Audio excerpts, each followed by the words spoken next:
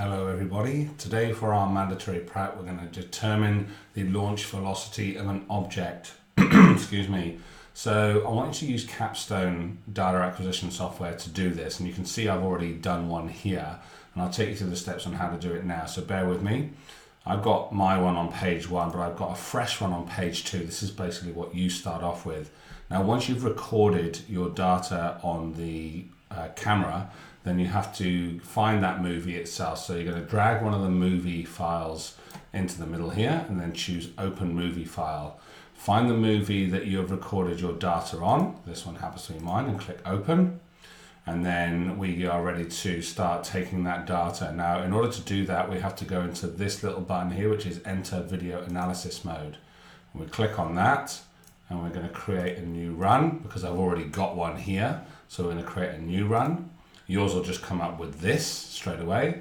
And because I got a meter rule in here, we have to calibrate for Capstone to know how high up this ball actually goes, or your Nerf gun in this case. So I'm going to drag over these caliper tools, place one point at the top of the ruler and the other point at the bottom of the ruler, like that.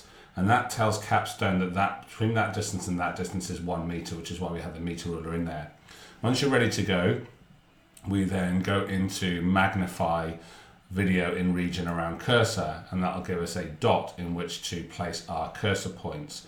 Now you'll have to scrub through your video to find out where you start releasing the ball. In my case, mine's around about there.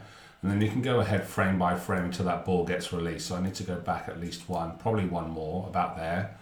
And then I can start taking data. And this is automatic now. So I'm going to do this real quick.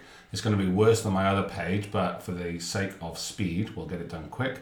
So you just left click on each type, and then when you get the cursor in the middle of the ball, you just keep on going, and it advances automatically frame by frame.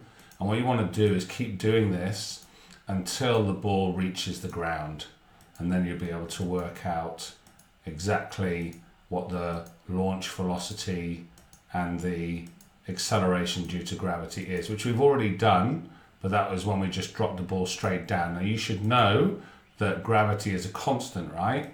So in that respect then, the gravity pulling and slowing the ball down when it goes up is going to be the same as when the ball gets pulled down due to gravity. So you can see here above my cursor we have all these data points, and it's getting faster and faster. You can see that now because gravity is having an effect and it's accelerating, hopefully at 9.81 meters per second. So you just keep going until you get the last data point. That's my last data point there. So I've recorded all my data points now. All that data is in the system as far as Capstone is concerned. And now I need to put on a graph. So we're just going to drag a graph onto the screen there and let go.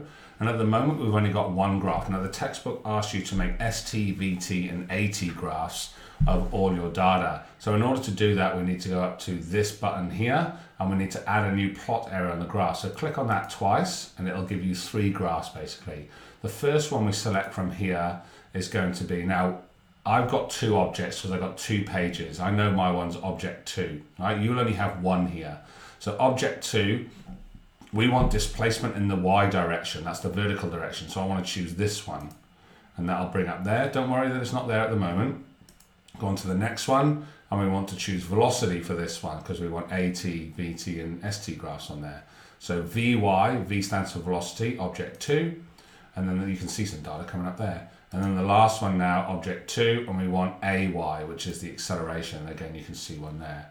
Now it's not on the screen at the moment here, but we can calibrate the graph, or rather scale the axis to show data by clicking on this first button here, and then it'll calibrate all the to put them within the scales here. And this isn't looking bad at the moment actually, but we might want to smooth off a couple of these curves first. So make sure you clicked on the data, and you can see it's got a light blue box around it.